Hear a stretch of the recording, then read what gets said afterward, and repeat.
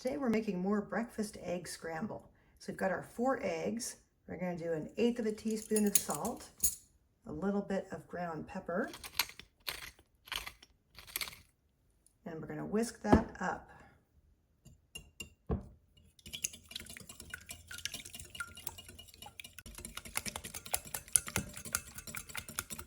going to start with the pan not too hot. And just start stirring the eggs and watching the bottom of the pan. So now the eggs are starting to form on the side a little bit, and you want to keep stirring it and keep mixing it so you get a small curd.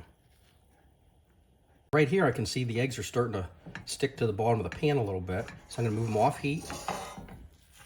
Try to catch up with a little bit. Keep stirring to keep the curd small. And I can see I'm not leaving trails on the bottom of the pan. I'm going to move it back over.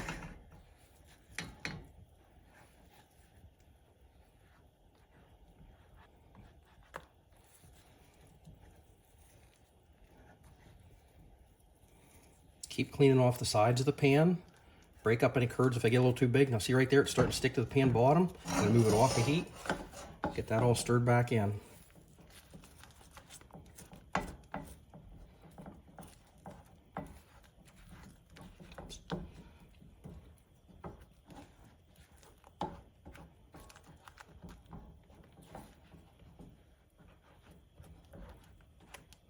Okay, now it's not sticking to the bottom of the pan again.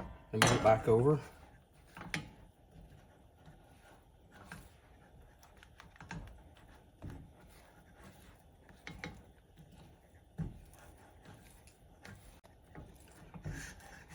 And now it's sticking to the pan bottom a little bit there again. So I'm going to move it off and stir all that in.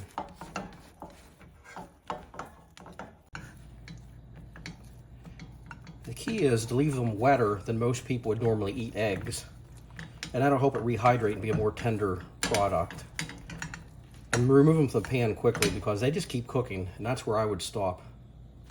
All the batches get added into a bowl in the fridge to keep them fresh while we're working on the rest.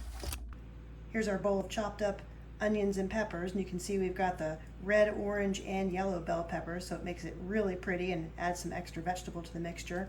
Chopping them up into small diced pieces also allows it to rehydrate a whole lot easier and faster. Now I have the pan over medium heat. We're going to add our peppers and onions, and we're going to steam saute them with a little bit of water in the pan. I'll just add a few tablespoons of water and stir everything around, and just keep adding water until the vegetables are slightly softened. You don't have to have them as soft as you normally would if you were going to eat them now, because when you freeze dry them, the freezing process softens them further. You can see the steam coming off of them and the vegetables are starting to soften. I'm not going to add any more water now. I'm just going to let them soften a little bit longer until most of the water's cooked off so I don't have to strain it out.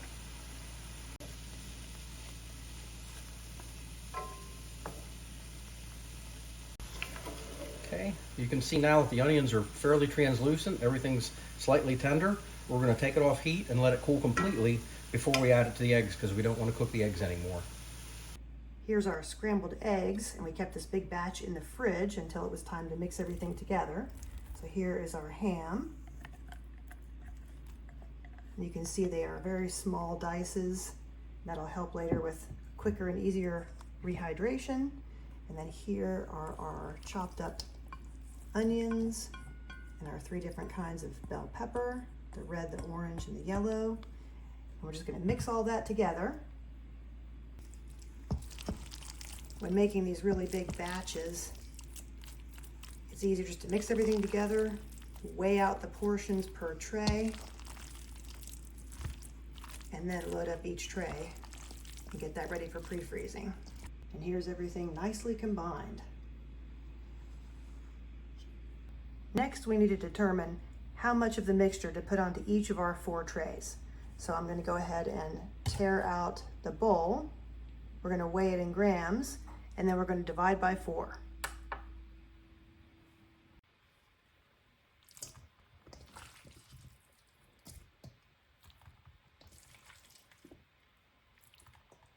So we have a total of 2,363 grams for our mixture, which divided among the 4 trays is about 591 per tray. Got tray 1 here. I'm going to go ahead and put that on there, tear out the tray, and then measure out the mixture. And we are trying for 591 grams per tray.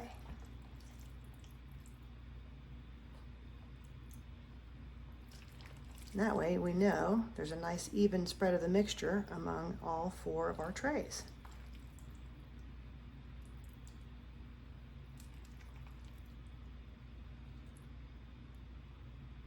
And once the first tray is done, we'll do that for the rest of the other 3 and then get them ready for pre-freeze.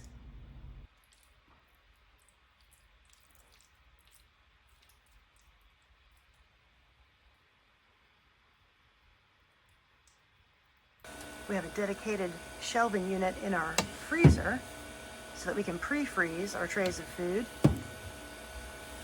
to get them ready for the freeze dryer.